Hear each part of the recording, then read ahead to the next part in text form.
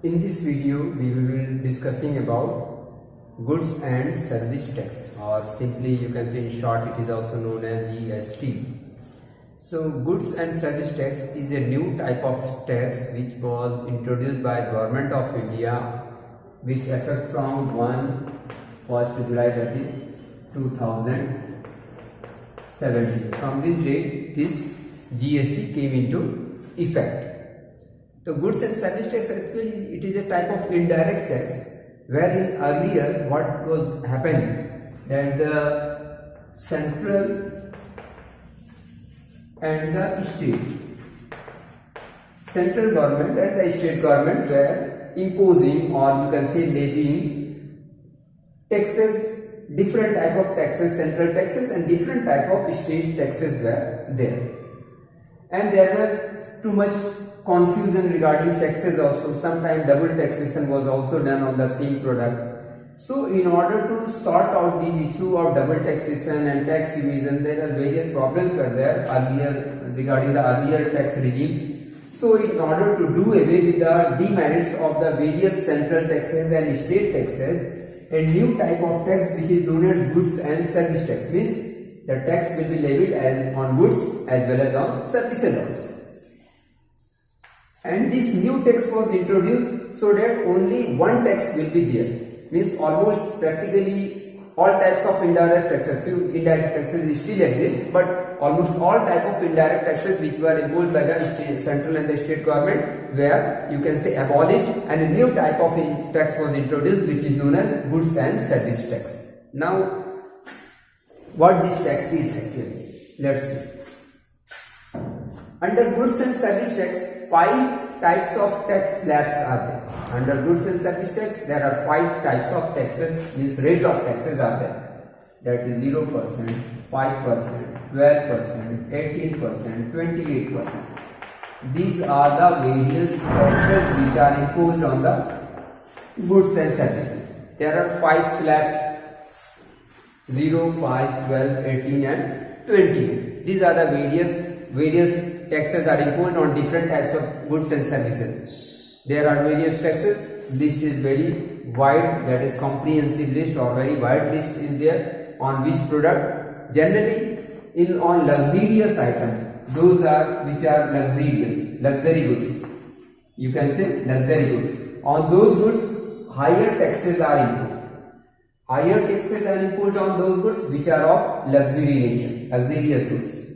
And lesser taxes are imposed on those goods which are of basic nature, means these are required by the general people or poor people also, or these are consumed more by the people. So on those things lesser taxes are imposed, and on luxurious goods more taxes are imposed. Now this GST or goods and service tax is of 2 types of taxes. These are under GST, 2 types of taxes are there, which is known as CGST and SGST.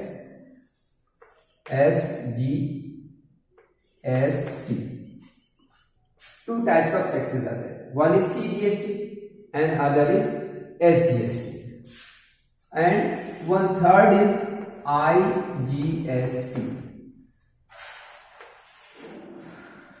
These are the 2 taxes, CGST and SGST, and one separate tax is IGST. Now what is this CGST? This is CGST is Central Goods and Service Tax. This is State Goods and Service Tax. IGST means Integrated Goods and Service Tax. Now this CGST and SGST, these are imposed on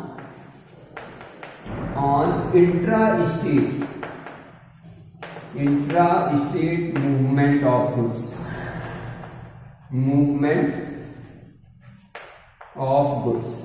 Intra-state movement of goods only. This CGST and SGST, this is imposed on intra-state movement of goods. Means when the goods are moving or goods are purchased and sold within the same state. Within the same state is goods are sold. Suppose if the goods are sold in Uttar Pradesh, means from one district to another the goods are being sent.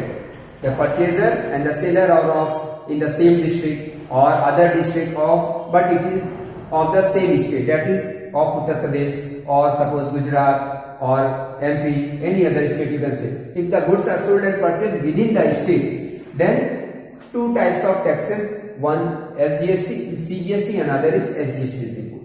This IGST is imposed on interstate movement of goods. Interstate movement of goods and services. IGST is imposed on interstate, means if the seller and the purchaser both are of different state or union territories. If the seller or purchaser are from different states or from different union territories, then IGST is imposed. One more point is to be noted in this CGST and SGST is that suppose you are purchasing any goods on which the tax is 5%. Assume that you are selling goods on a goods on which the GST is 5%. So in this case, CGST and SGST will be imposed. Means 50% of this will be CGST and 50% will be SGST. That is, of 5%, 2.5% CGST will be imposed and 2.5% SGST will be imposed. It will not be 5% on CGST, 5% SGST, it will not be so. Total tax will be 5% only. Out of this 5%, 50%, that is 2.5% will be CGST and 2.5% will be SGST. What does it mean actually is that out of the total 5% taxes which will be collected, 2.5% will go to the central government and 2.5% will go to the state government. This 2.5% CGST means 2.5% means 50% of the taxes collected. If the goods are sold within the state, then 50% of the taxes will go to the central government and 50% will go to the state government. Now come to IGST. When the seller and the purchaser are from different states, then what will happen? Total IGST will be 5% now. So there is a different criteria. There is a different rule, and this IGST, in this IGST also, the whole taxes, the total 5% will again be distributed between the central and the state government, but the percentage will vary. But there the percentage will vary. This percentage will again 5% it will be calculated, but it will not go total to the central government or total to the state government, but it will be shared among the central and the state government at a agreed proportion, which is as per the rule. Whatever the rule will be, that according to that rule, this 5% will be shared among the central as well as the state government. One more important thing regarding GST is that it is a value added tax. GST is a value added tax. Value added tax. Moreover, this value added tax, this tax is levied not by the, actually this tax is not to be borne by the either the purchaser or the seller. The burden of tax in case of GST actually falls on the ultimate consumer. Ultimate consumer, whosoever consume the goods. Ultimate consumer, they have to bear the actual burden of the taxes or the GST which is being paid. Because what happens in case of GST is that one suppose whenever you can say suppose one A and B, two persons are there. These are the two persons. A is a purchaser. A is the purchaser and B is the seller of the goods. Assuming seller of the goods. So when A purchases goods from B, then goods will be coming to A. Then in this case, A will be paying. A will be paying what? The price of the goods plus GST. He will be paying price of the goods as well as GST. He will pay this amount to whom? To the seller. Now, once the goods has been purchased by him, he has paid the price as well as taxes. Now this suppose he is not the ultimate consumer, he is not the final consumer of the goods which he has purchased. Suppose he further resell the goods to some other person. This purchaser is selling, suppose. He is again selling the goods to some other person. So this purchaser will again, what he will do? He will collect. He will collect what? He will also collect GST from the purchaser, from his purchaser. Whosoever purchase. Suppose this is the C, from to whom the goods is being sold. A has purchased from B, and now A is selling the goods to C. Now C will pay tax, price plus GST. He will also pay. But generally, when this person then A is selling the goods to C, the price will be some value addition will be there. After some value addition, the A will be selling goods to C. Suppose in case of A, he has purchased goods rupees 10,000. Suppose GST is 5%. 10,000. So A will pay how much? 10,000 plus 5%. That is 500. Total A will be paying 10,500.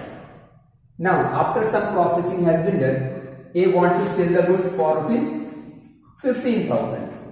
Then he will be suppose selling the goods to C.